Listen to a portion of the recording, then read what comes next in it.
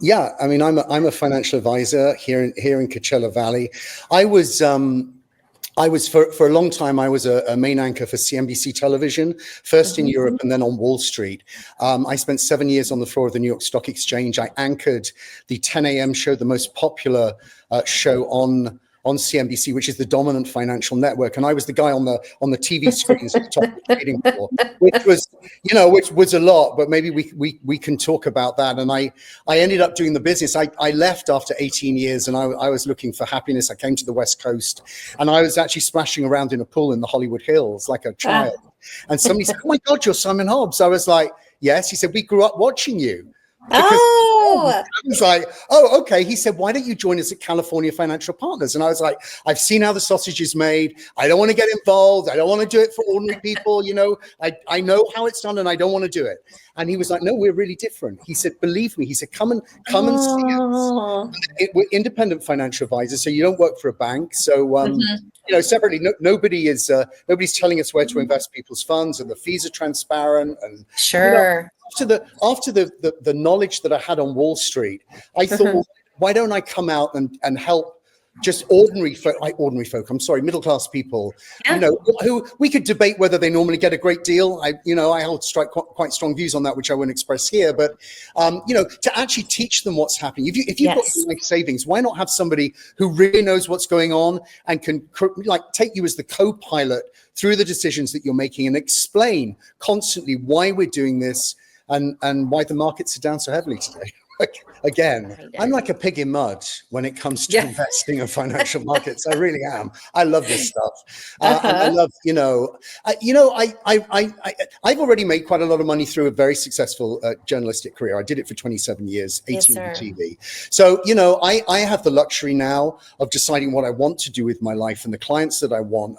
And really, I'm very much about, I came to the Valley to find happiness because the TV career, we can talk about that. The TV career was tough and I had a lot of money, but whatever. And so I wanted to build community. I had searched for community because I don't have a particularly strong family. And I thought it was LGBT community, but I came here and I realized again that you don't just slot into a community. You have to build a community around you. You do it quite literally, brick by brick by brick. Yes, and in addition to all this stuff about wanting to help people and teach people, I saw clients and doing good for clients and becoming long-term friends with clients part of that building of a community. Tell us about some of the challenges that you faced. The biggest challenge, Katie, that I had is that I was asked to come to the United States for work. So I'd worked for CNBC in Europe for 10 years. We built CNBC Europe across 27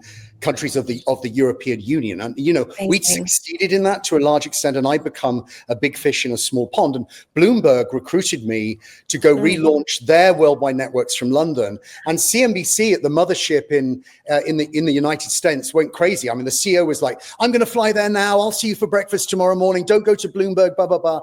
And they offered me, they said, "Come to the United States. This is the salary." And I'm like, "Really? That many deals?" I was like, "Oh my goodness."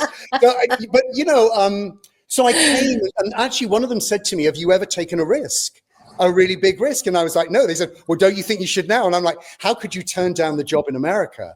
So I had two little houses. I sold the houses. I said goodbye to my friends. I arrived in New York. I knew no one. I'd been to New York once for a couple of days for work, and I knew nobody. So I was starting again, and immediately I was doing the 10 o'clock show from the New York Stock Exchange. I was on those trading screens, and it's a Wall Street city. So you become a personality, and you walk a block, somebody's going to recognize you. I mean, it was a completely different ball game. And, it was a very serious network here. People would quote what we said on the wires, it was fact. So if you could move a market potentially by what you said, you could change the trajectory of a CEO's career. But it was a struggle. And every day, I was the first person on the floor of the New York Stock Exchange every day doing the research. I tried to get ahead. The weekends were about work. And at the end of it, you're like, is this really worth it? I have all this money and I don't go out and I'd be really honest with you. My mother came over. I kept flying her over. I had a 2,200 square foot apartment with a keyed elevator with big plate glass windows overlooking the High Line. And my mother, she wasn't impressed with any of that. And I was like, why am I bothering? So they also weren't going to give me my own show. So I thought maybe it's to go and find happiness, which is why I'm here in the desert, I have to say. Well, and an amazing story and history and everything that you've been through. And I love that you've come here to find happiness. And I look behind you at this view and the weather and the pool and the smile on your face. And I think, wow, you've arrived here. And we're so blessed to have you here.